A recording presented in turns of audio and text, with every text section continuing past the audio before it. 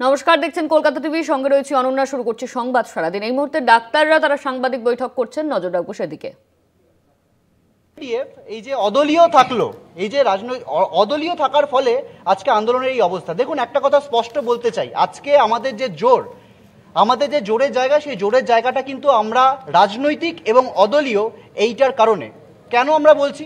তার কারণ আমরা স্পষ্ট ভাষায় এই কথাটা বলতে পারছি যে West Bengal junior doctors front, যে কোনো দল, সেটা বিজেপি হোক, সেটা সিপিএম হোক, সেটা এসইউসি হোক, সেটা কংগ্রেস হোক, তাদের যে কোনো, তৃণমূল তো রয়েছেই, তারা যদি কোনো অন্যায় করে, সেটা শাসনে থেকে হোক, তারা বিরোধী জায়গা থেকে হোক, তারা যদি কোনো অন্যায় করে, তারা যদি কোনো অবিচার করে, আমরা কিন্তু তার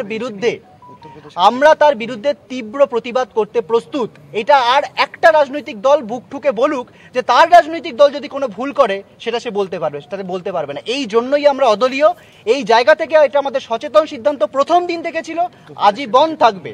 উত্তরপ্রদেশে বিজেপি যদি কিছু করে, কেরালায় সিপিএম যদি কিছু করে, এই রাজ্যে কোনোদিন ক্ষমতায় যদি এসইউসি আসে, অন্য কোনো দল আসে, যে কোনো জায়গায় আমরা যে কোনো অন্যায় অবিচারের বিরুদ্ধে স্পষ্টভাবে গলা তুলতে পারবো।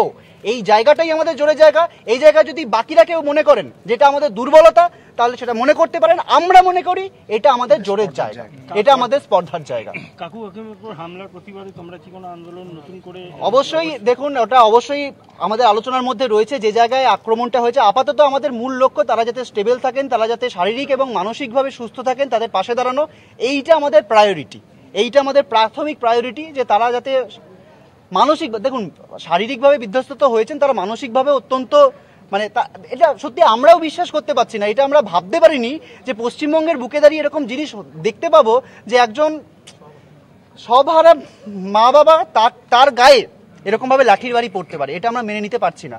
অবশ্যই আমরা রাস্তায় নামবো, আমরা আলোচনা চলছে আমাদের মধ্যে, আরও বহু কিছু নিয়েই আমাদের রাস্তায় নামতে হবে। এই যে আমাদের বাচ্চা ছেলে মেয়েদের বাড়িতে পুলিশি সমন পাঠানো হচ্ছে, এক একজনের বাড়িতে 9টা করে পুলিশি সমন পাঠানো হচ্ছে, আমরা দেখবো ওই কলকাতা পুলিশ যেদিনকে জিজ্ঞাসাবাদ করতে ডাকছে, সেদিনকে শুধু যাদের জিজ্ঞাসাবাদ করতে ডাকছে তারা যাবে না, আসলে গোটা আন্দোলনকারী জনতা যাবে এই প্রসঙ্গটা তুলতে, যে কই ভাই, 1 বছর আগে যখন অনশন মঞ্চে মহিলা পুলিশের শ্লীলতাহানি হয়েছে বলে তুমি বলছো, পুলিশকে নাকি গ্রিভাস হার্ট করা হয়েছে বলে বলছো, 1 বছর পর তোমার মনে পড়ছে যে 1 বছর আগে এই জুনিয়র ডাক্তাররা অনশন মঞ্চ থেকে অনশন করতে করতে পুলিশকে পিটিয়েছিল, আর আজকে এসে তুমি তার নোটিশ পাঠাচ্ছ, আজকে তুমি অভয়ের মা বাবার গায়ে হাত তুলছো।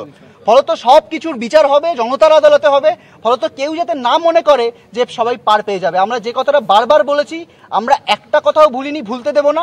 যতগুলো পাপের হিসেব সব কিন্তু জমা হচ্ছে, কেউ কিন্তু এর থেকে পার পাবে না। আচ্ছা, এই নোটিশে কি আন্দোলনে কোনো প্রভাব পড়বে? নোটিশে আন্দোলনের প্রভাব পড়বে একটাই, যে আমরা অন্তত বুঝতে পারবো যে আমরা ঠিক পথে চলেছি। এই যে পরপর নোটিশ, এক একজনের বাড়িতে 9টা নোটিশ। আমরা আইনজীবীদের সাথে কথা বলছি, তারা বলছে এটা নজিরবিহীন, যে একজনের বাড়িতে একসাথে 9টা এফআইআর করা হয়েছে, তাকে গোটা দিন নাকি জিজ্ঞাসাবাদের জন্য রাখা হবে, নজিরবিহীন।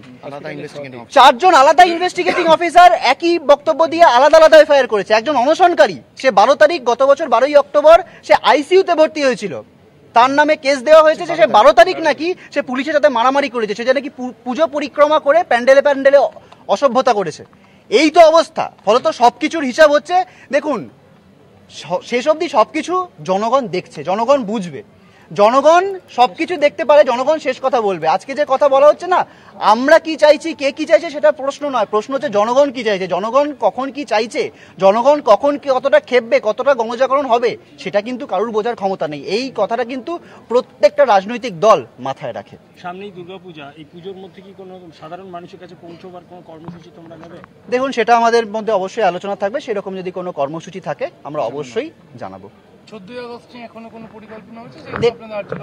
দেখুন, 14ই আগস্ট অলরেডি বহু সংগঠন যারা রাত দখল করেছেন, এবং বহু সংগঠন কিন্তু অলরেডি প্রোগ্রামের ডাক দিয়েছেন। আমরা নিজেদের মতো করে সেই জায়গা, তারা আমাদের ইনভাইটও করেছেন, আমরা সেই জায়গা থেকে সেগুলোতেও পার্টিসিপেট করব। আমরা নিজস্ব কোনো যদি প্রোগ্রাম থাকে সেটাও আমরা ঘোষণা করব। কিন্তু একটা কথা মনে রাখতে হবে, যে 14ই আগস্ট কেবল রাত দখলের 1 বছর নয়। এই 14ই আগস্ট এই আরজি করের বুকে দাঁড়িয়ে বর্বরচিত আক্রমণ ঘটেছিল, এবং এই যে শাসক দলের নেতারা, মুখপাত্ররা বলছে যে আন্দোলন করছে তো সিজিও কমপ্লেক্সে করছো না কেন, সব তো সিবিআই জানে।